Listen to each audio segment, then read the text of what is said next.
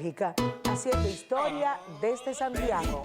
Víctor Mañanal, Tacón NG, Domingo Ureña y el paparazzi Zacarías.net. Y esta servidora, Bélgica Suárez, de lunes a viernes, 10:30 de la noche. Ustedes, Canal 29. Bélgica Suárez, la dueña de la noche.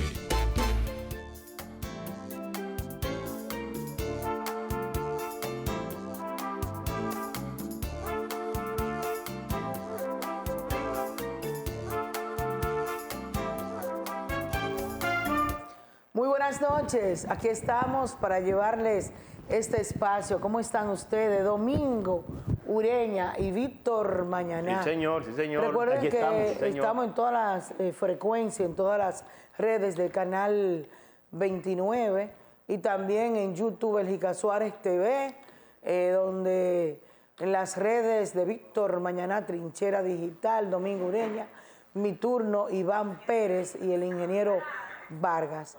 Ya tenemos una importante entrevista, ahora que el asunto con la reforma está muy caliente y tenemos un gran economista, Juan Ariel Jiménez Núñez, ex ministro de Economía del gobierno pasado, siempre presto. Del gobierno antepasado.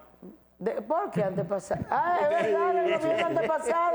Es que uno cree Mira, que todavía, como él se ríe, él sabe que todavía estamos en el primer gobierno. Sí, hombre. Él está en Boston, en la universidad. ¿Tan lejos? Tan lejos, pero que se ve perfecto. Mira, se ve como que está aquí en el Él a estudio. nosotros no nos dice que no. Nada. ¿Cómo está, Juan Ariel? Qué gusto. Abrazo El gusto para es todo ti. mío. De verdad que para mí es una gran felicidad poder compartir con ustedes. Ustedes saben el cariño que les tengo y siempre me siento como en casa cuando puedo conversar con ustedes, aunque sea desde Londres, desde Boston, desde Santo Domingo, voy allá a Santiago, siempre el mismo cariño. Diplan debe estar ahí conectado. Y José Torres también. Y José Torres y muchísimos más amigos. No me Y mi dejen la madre, mata y mi afuera, madre, que usted sabe que es fanática suya. Así es, que no te deje a quién. Al comandante ingeniero. Mata, no me lo dejen fuera. Ah, sí, ese opina, ¿eh? El otro adora Sí, a Juan Ariel. sí, es verdad. Juan Ariel, me llamó mucho tu columna de hoy, que yo la leo de madrugada. Yo la leo a las 3 de la mañana, el día antes, lunes, y sale, porque sale en el internet bien después de las 12 de la noche. Y ya el titular me llamó mucho la atención. Se puede confundir, porque ahora hay muchas personas defendiendo la reforma y la gente dice, pero que son bocinas, ¿qué es esto? Y entonces, el mismo Domingo, digo, pero él está defendiendo la reforma la semana pasada. Sí. Digo yo, no, él no, porque él está hablando en las redes de todo lo que puede pasar. Pero dice reforma fiscal inevitable. ¿Qué quiere decir inevitable? A O ver, sea, ¿tú lo estás pongo de en- parte de ellos o qué? Eso Lo es pongo bueno. en signo de interrogación. Inevitable.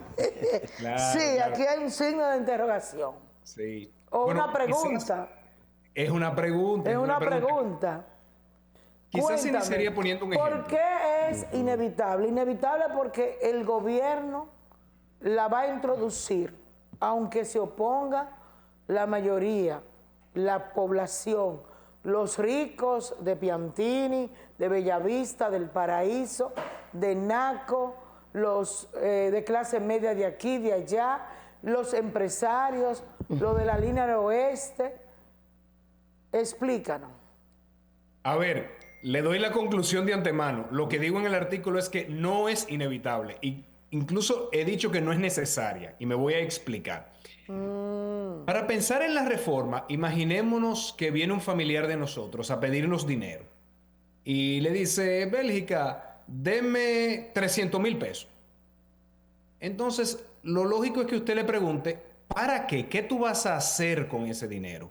Y ahí le dice, bueno, lo que pasa es que voy a invertir en un nuevo negocio para echar para adelante a mi familia. Y usted le dice, pues sí, mira, ten estos 300,000 pesos, tú me lo pagas cuando pueda, o ya veremos y resolvemos más adelante. Pero si ese familiar va y le dice, deme 300,000 pesos, ajá, ¿y para qué? No, porque me quiero ir de vacaciones, me quiero ir a fiestar, quiero gozar la vida. Usted le diría, no, pero espérate, no es con los cuartos míos que tú vas a hacer eso. Con el gobierno pasa algo similar. Una reforma fiscal no es más que el gobierno pedirle dinero a la población. Es decirle a la población, mira, dame más dinero.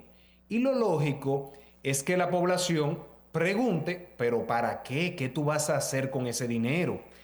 Y en el artículo yo lo que señalo es que a veces los gobiernos le piden dinero a la población para pagar la deuda. Es decir, para reducir la carga que tendrá el pueblo dominicano en el futuro, pagándola desde ahora. Entonces le dicen, miren, páguenme más impuestos porque voy a reducir la deuda. Cuando los gobiernos hacen eso, aquí y en todas partes del mundo, normalmente combinan reducir el gasto y un aumento de impuestos. O sea, vamos cada uno de los dos apretando el cinturón y a compartir la carga de esta reducción de la deuda.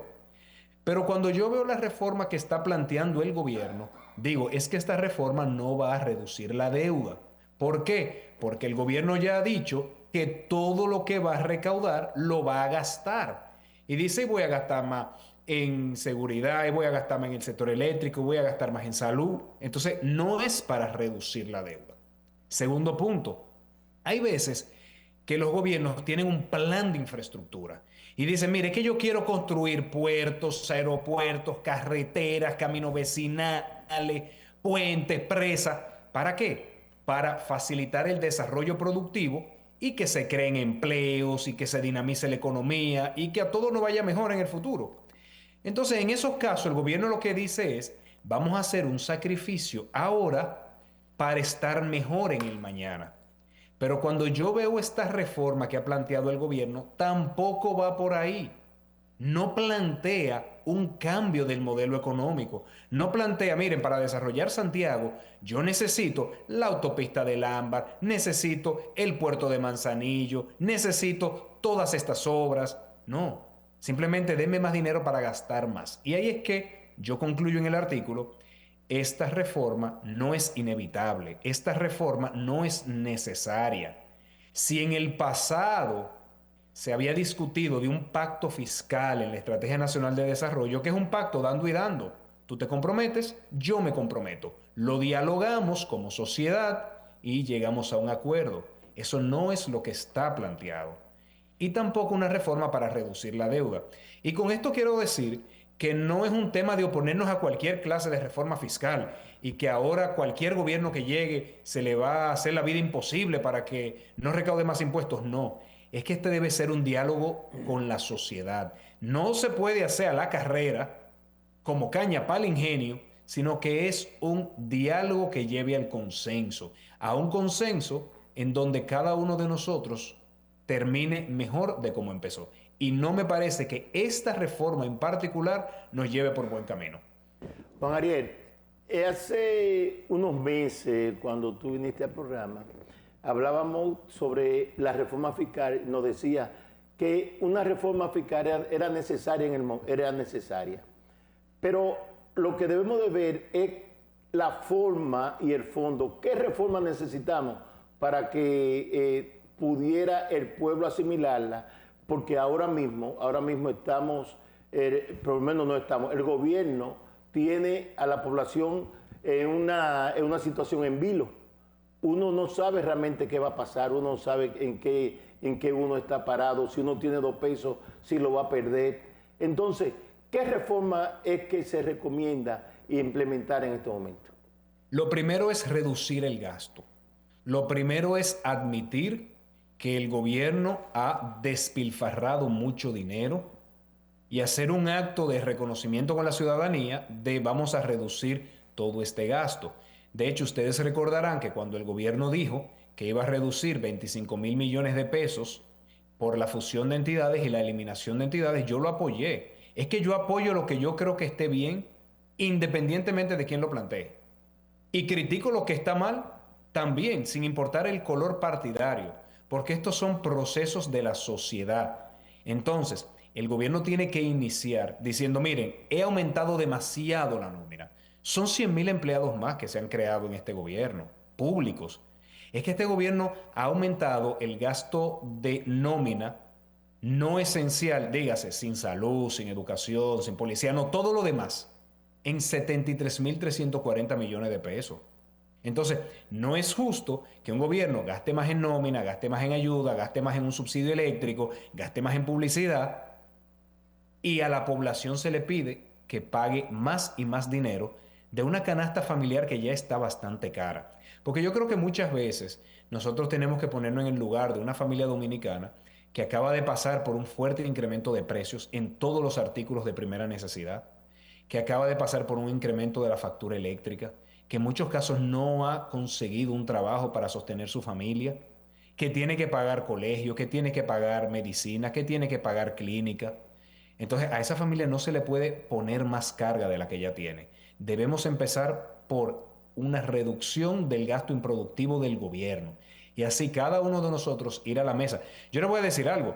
También en un proceso de consenso se puede hablar de reducirle la transferencia a los partidos políticos en años no electorales. También hablemos de todo, tiremos todo sobre la mesa, que cada quien ponga su cuota de sacrificio para construir una mejor República Dominicana. No para poner a un gobierno a que despilfarre más dinero del que ya lo ha despilfarrado. Bueno, nos sentimos muy bien, Juan Ariel, de tenerlo a usted aquí con nosotros. Y nos alegra sobremanera poder interactuar, aún sea a través del Zoom. Pero aquí estamos. Yo quiero aprovechar tu presencia porque uno debe aprender. Y tú eres un economista de fuste que domina mejor que nosotros la materia y sabe, como lo sé yo y lo sabe Bélgica y lo sabe Domingo, y creo que todo el dominicano sensato, de que tarde que temprano una reforma es inevitable. Pienso yo, quitándole el signo de interrogación, lo que pasa que debe de, como tú dices, y ahí estoy 100% de acuerdo, debe de consensuarse, debe de negociarse con la sociedad, con todos los sectores. Pero hay un problema. Ningún sector ahora mismo acepta que ser afectado, ser grabado.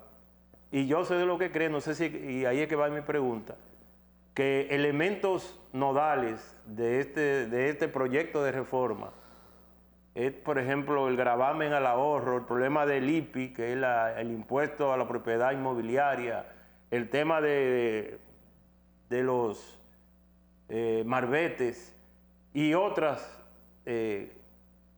imposiciones que se le harían a los productos de primera necesidad, no a los 5 que se mencionan. ¿Sería negociable eso para que sea aceptable la reforma? Gracias por la pregunta. Tú sabes que, como dicen, los viejos saben por algo, los viejos saben mucho. Y una frase que dice mucho los viejos, el diablo está en los detalles. Decir que es necesaria una reforma fiscal no es lo mismo que decir que cualquier reforma fiscal es buena. ¿Por qué? Porque el diablo está en los detalles. Es como cuando uno va al médico y el médico le dice a uno, mira, yo te tengo que operar la rodilla, porque tiene un desgaste en la rodilla. Bueno, yo está bien. tengo un desgaste. Bueno, por ejemplo, ¿no? Y uno dice, mira, yo te tengo que operar la rodilla, perfecto. Pero cuando uno va al médico, el médico está hablando de que no va a hacer una operación de corazón abierto. Pero venga acá, doctor, es que eso no corrige el problema de desgaste de la rodilla. En economía pasa lo mismo. No podemos decir una reforma, no. ¿Qué tipo de reforma? ¿Para qué? Si es una reforma, insisto, para financiar una infraestructura que permita desarrollar a la República Dominicana, es muy distinto a una reforma para gastar más de lo que el gobierno ahora está gastando en gasto corriente, dígase, en salario, en ayuda, en despilfarro, en fiesta, en viático para los funcionarios.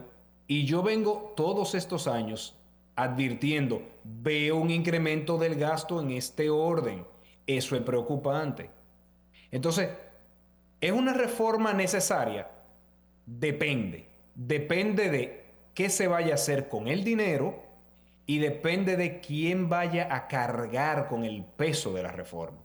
Porque si estamos hablando de una reforma que agarre a quienes están evadiendo el pago de impuestos, por ejemplo, si estamos hablando de una reforma que reduzca los impuestos que tienen algunas personas, por ejemplo, el que tiene un Sonata, pase Uber en su comunidad, debe pagar menos de 1.500 pesos de marbete. Pero el que tiene un jipetón, alta gama, como dicen, 2024, a ese que pague 10.000 pesos.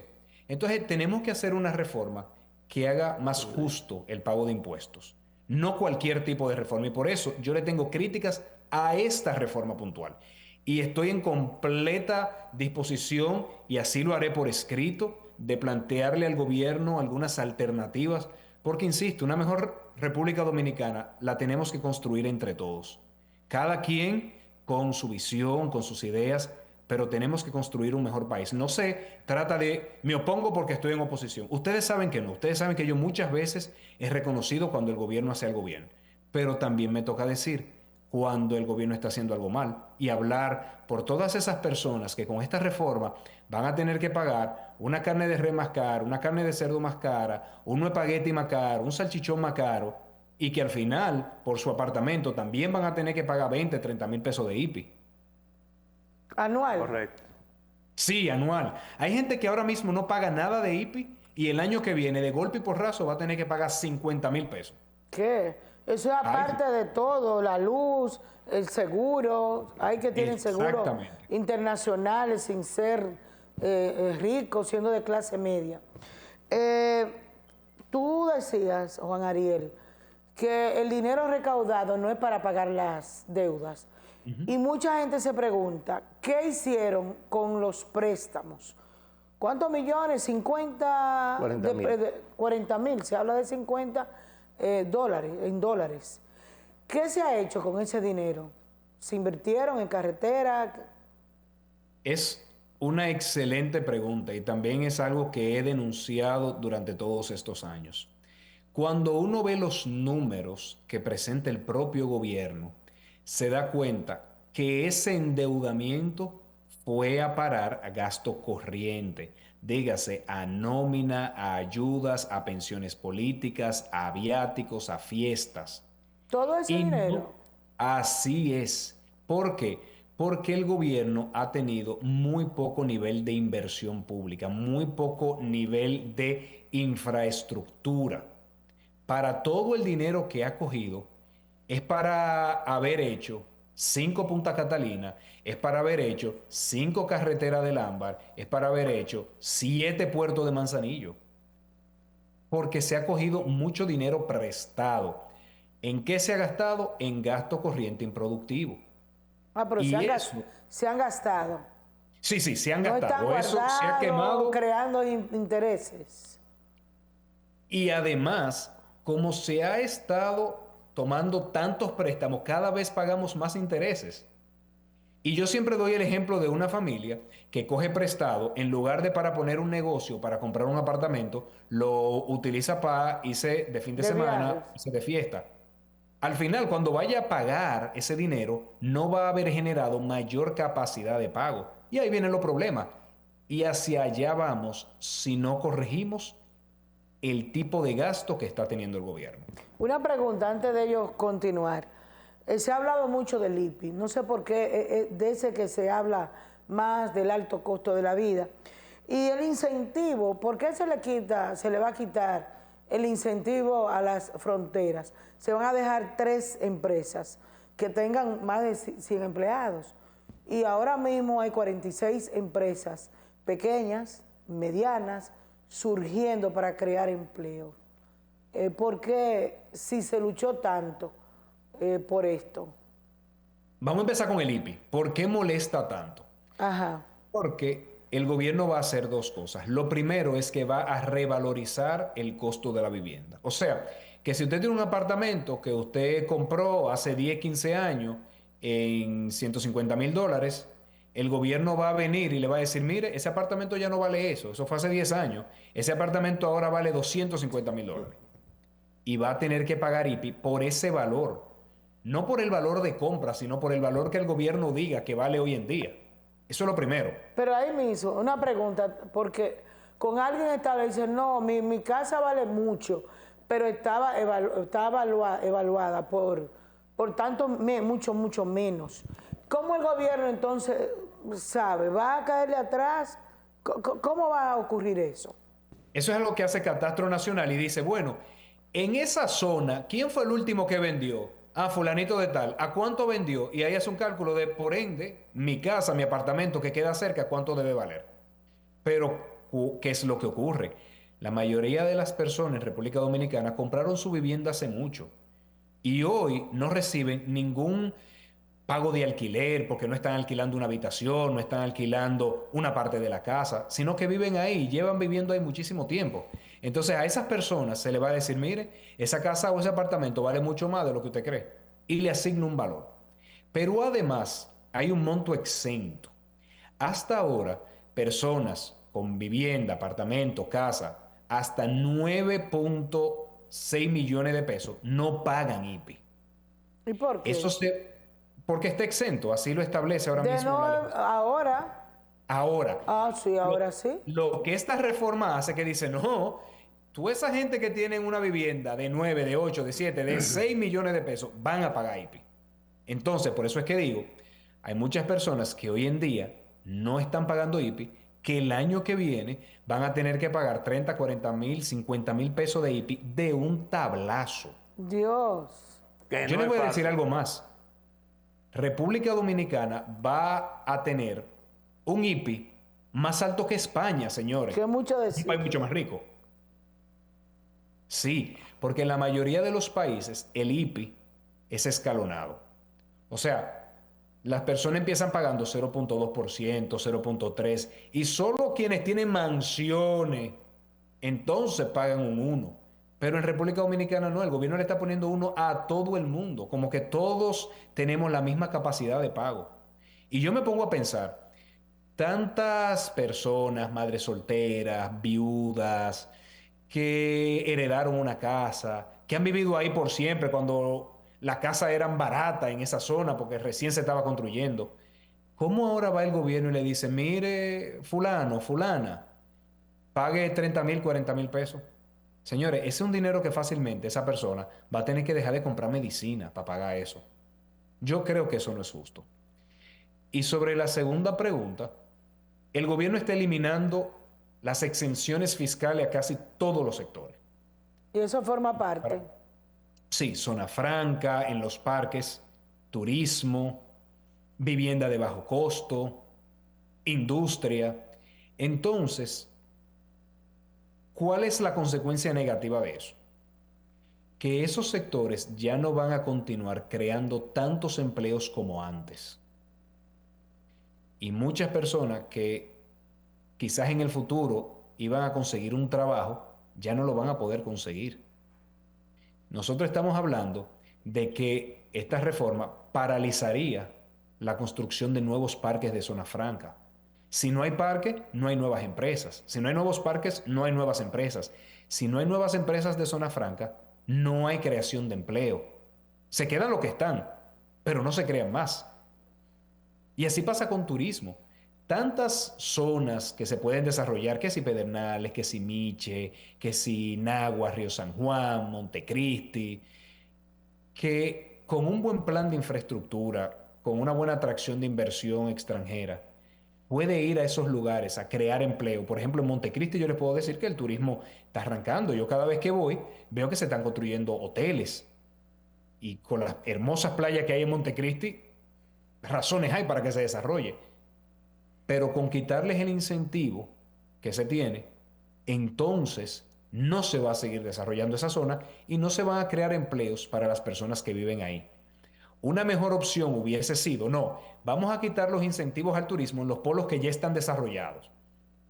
Que si La Romana, que si Bávaro Punta Cana, ok, pero los polos nuevos vamos a darles la oportunidad de que se desarrollen y de que creen empleos para las personas que viven ahí. Y así me puedo ir, el sector construcción es que va a recibir un golpe fatal. Mortal. Fatal. Y eso me preocupa, porque el sector construcción dinamiza mucho la economía. Es un motor de la economía muy importante. Entonces yo sí creo que con esta reforma vamos a tener un duro golpe y las personas van a tener que pagar una canasta mucho más cara, mucho más impuesto por su vivienda y sus vehículos, y no van a conseguir nuevos empleos. Eso me preocupa. Juan Ariel, en esta parte en lo cual tú manifestabas que el costo a la población de esta reforma sería prácticamente un 20% que le va a tocar pagar por esta reforma. Si eso es así, y con la situación que se ha denunciado, que no al circulante, que no al dinero, que el alto costo de vida, la situación de seguridad, ¿qué le espera a este país? Yo en diversos escritos y en algunos videos he dicho que las personas van a pagar hasta un 20%. Obviamente, cada uno de nosotros es distinto. Sí. Algunos van a pagar 10, 15, 20, 5. Por eso digo hasta. ¿Y por qué lo hago? Para que cada persona que ve los videos que hago, los programas, que lee mis escritos, se vaya preparando desde ahora. Porque si no se prepara, puede quebrar el año que viene. Lo peor es uno caer en deuda con la DGI. Lo peor es que cuando venga la DGI a cobrarle el IPI, usted no tenga cómo pagarle, se atrase un mes, se atrase 2 meses, y cuando usted viene a ver, tiene una deuda de todo el tamaño en la DGI. Entonces, por eso me gusta decir siempre, hasta 20%, como váyanse preparando que hacia allá vamos. Coincido plenamente. Además, hay muy altas tasas de interés. Personas que compraron su vivienda, que compraron su vehículo, ahora están viendo cómo le suben las tasas. Está viendo cómo todo está más caro día a día. Entonces tenemos que ponernos en el lugar de esas personas. Yo creo que muchas veces los economistas, y aquí hago mea culpa, vemos los números de una forma muy fría. Y yo creo que se hace mejor labor de gobierno y se hace mejor economía en sentido general, poniéndose en el lugar de la gente y poniéndose en el lugar de cada uno de esos dominicanos que ya ha sido muy golpeado por el aumento de precios, y decir cómo esa persona lo va a pasar con esta reforma. Y cuando yo hago ese ejercicio, me parece que estamos llevando a la quiebra a muchas familias dominicanas. Juan Ariel, creo, antes de mi pregunta, que en cuanto al IPI, impuesto a la propiedad inmobiliaria, entiéndase apartamentos, casas, tierras o solares, hay un acápite que habla de la edad de 65 años como tope para el propietario, que estaría exento del pago con una propiedad. No sé si... Cuando una sola. Sí, de 65 años, pero pensemos en muchas personas de 55, 60 años que tienen una propiedad y que, por cierto, les resulta muy difícil encontrar empleo.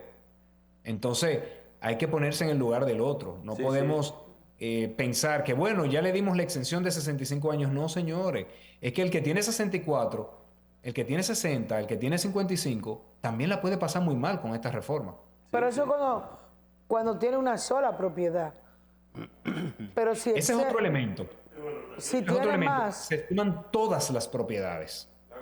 Todas. O sea, si una persona tiene 65 años y tiene más propiedades, no debería pagar. No debería pagar en la... O si tiene una sola, que no paga. No debería pagar. Una persona de 65 años no debería pagar por su vivienda.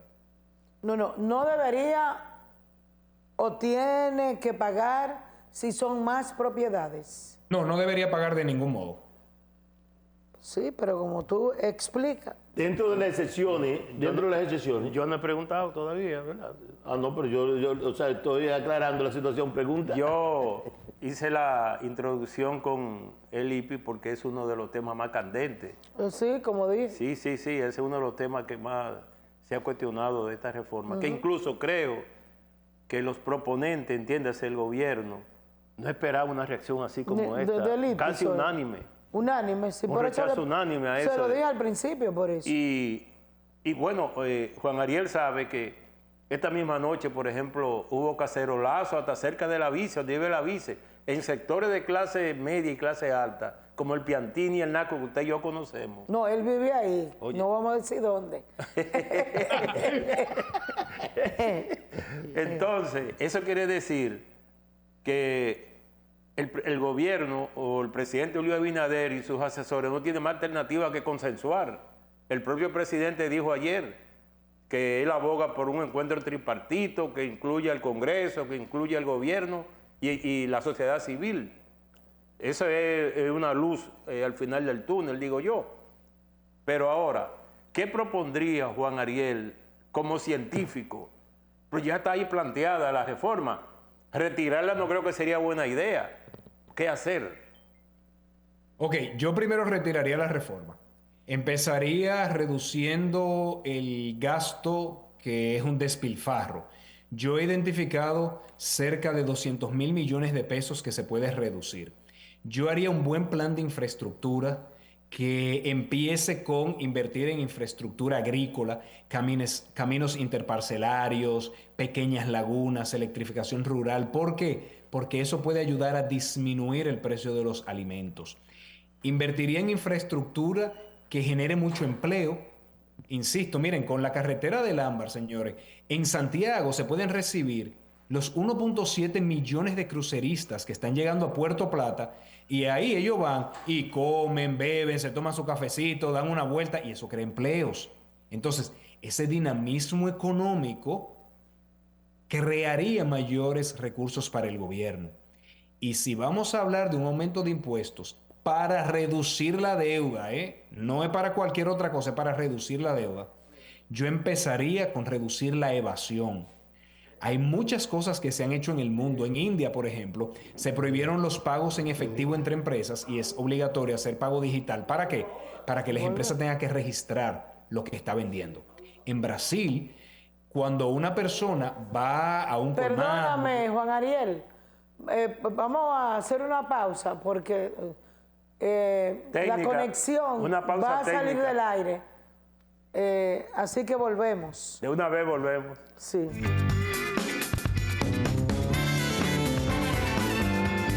Bueno, estamos conversando con nuestro querido amigo Juan Ariel, gran economista de la República Dominicana y el mundo. Juan Ariel, quedamos, pero que tú terminaras una preguntas, pero tengo aquí, antes que tú termines, ¿recuerdas a Emerson Soriano? Claro, mi querido amigo. Te manda saludos y una pregunta. Dice que explique claro si es que no debería o la reforma no considera que quien pase de 65 años no pagará ni por la vivienda que habita ni por las demás propiedades que posee en adición a la que habita. Ok, eso está desde hace mucho, la exención a las personas de más de 65 años. Es algo que no se está tocando en esta reforma y yo creo que no debería tocarse en esta reforma. Pero, otra vez la pregunta, ¿una sola o todas las propiedades? Bueno, lo ideal sería que ninguna propiedad, ninguna... Lo ideal, pero eso no está todavía... No, exactamente, no está. No. Hacia allá debemos de ir, porque también quizás me quisiera explicar un poco aquí. Porque hay muchas personas que pusieron sus ahorros en otra propiedad. Imaginémonos esta señora que durante tantos años cogió su doble sueldo para irlo ahorrando y dijo, mira, déjame comprar un apartamento para alquilarlo. Eso es que vive. Entonces, yo creo que las personas de 65 años, en lugar de ponerle impuestos, nosotros de 65 años o más, en lugar de ponerle impuestos, yo lo que creo que deberíamos pensar es qué tipo de políticas públicas puede ayudarles a mejorar su vida, que siempre he sido un fanático y he abogado porque creemos un seguro médico específico para personas de más de 60 años.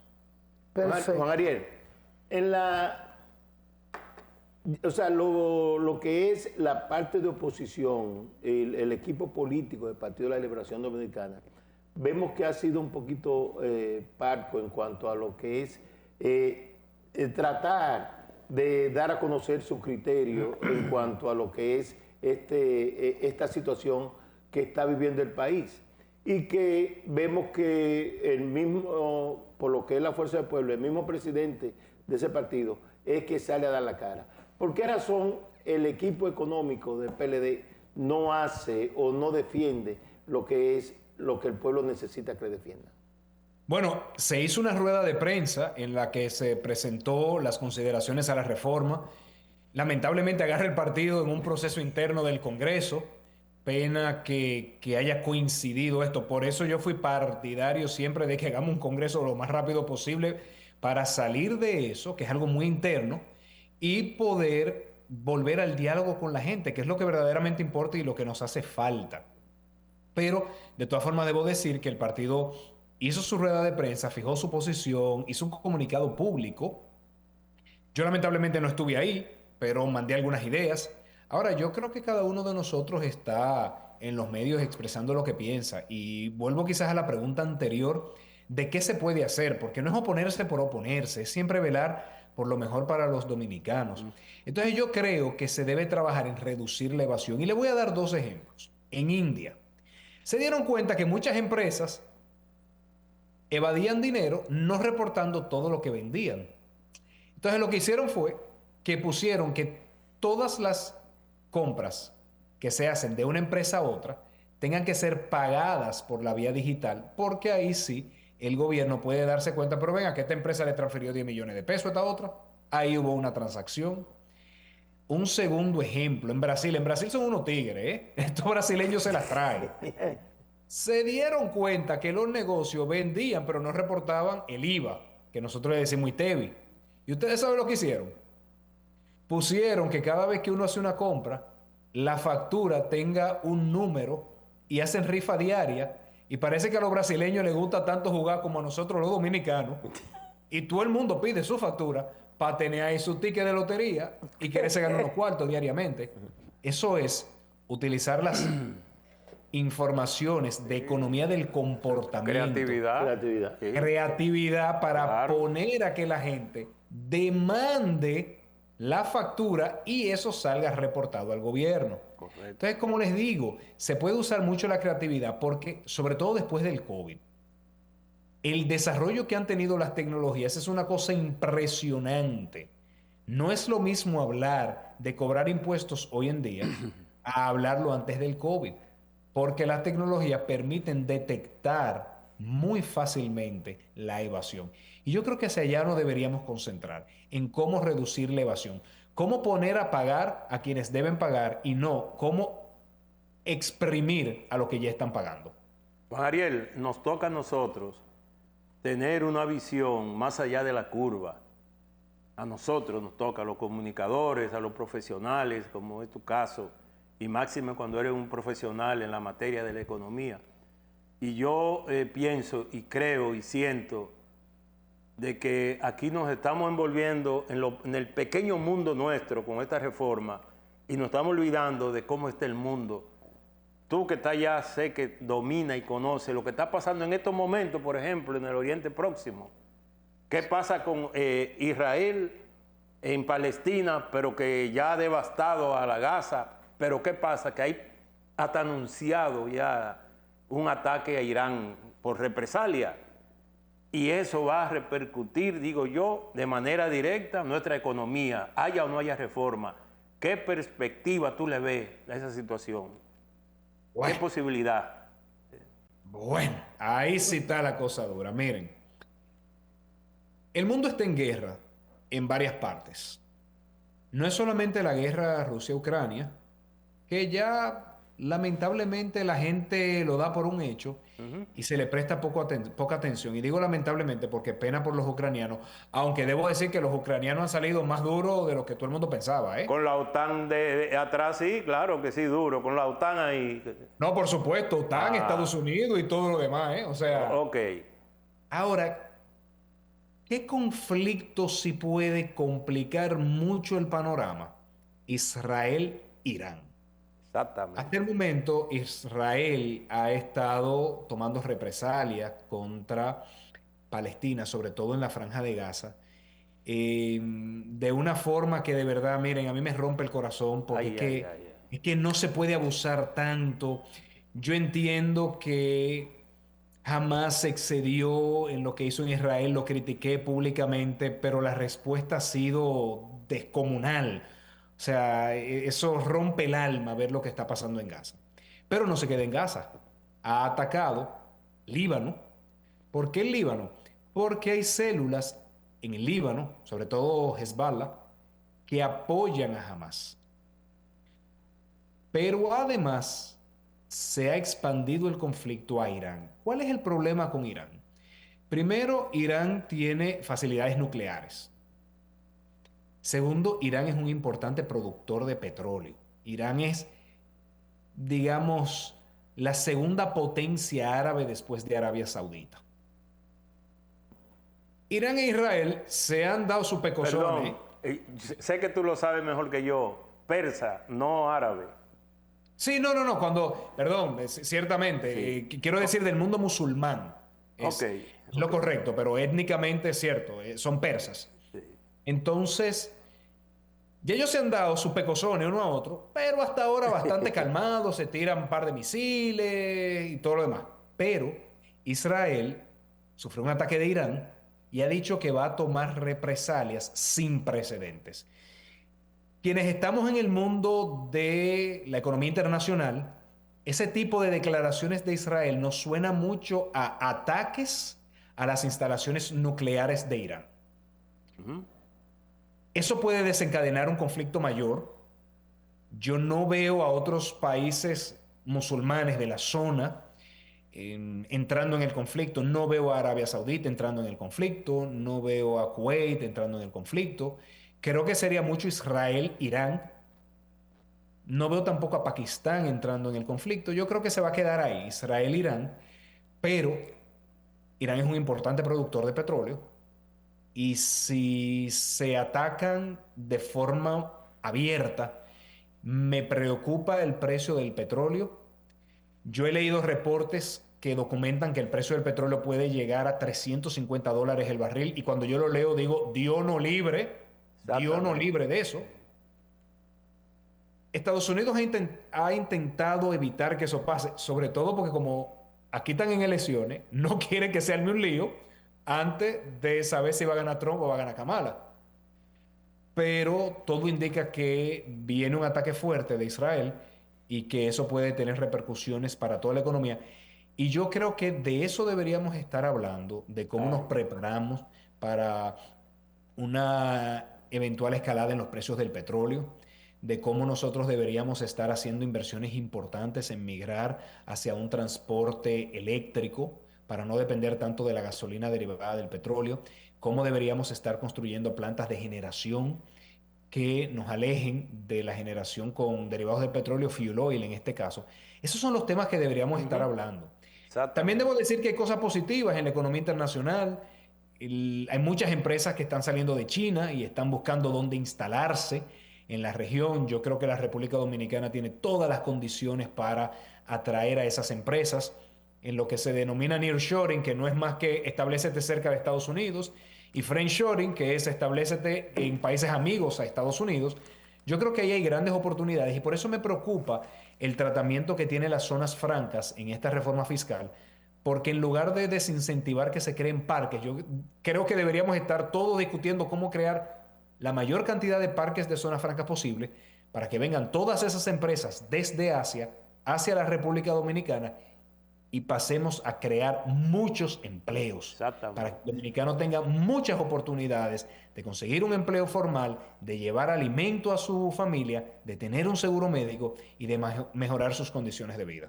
Como siempre, una entrevista interesantísima y muy educativa. Excelente, Juan Ariel. Muchas gracias. Pienso que vas ahora ya a la camita. Allá casi a trabajar. Mañana es que vas temprano a la universidad. Sí, me toca. A ver, tengo que terminar un caso de desempleo en Sudáfrica que estoy preparando para verlo con mis estudiantes la semana que viene. Entonces, ahí me toca ver un tema muy importante que es el desempleo, pero en otro país que es Sudáfrica. Muchas gracias, abrazo.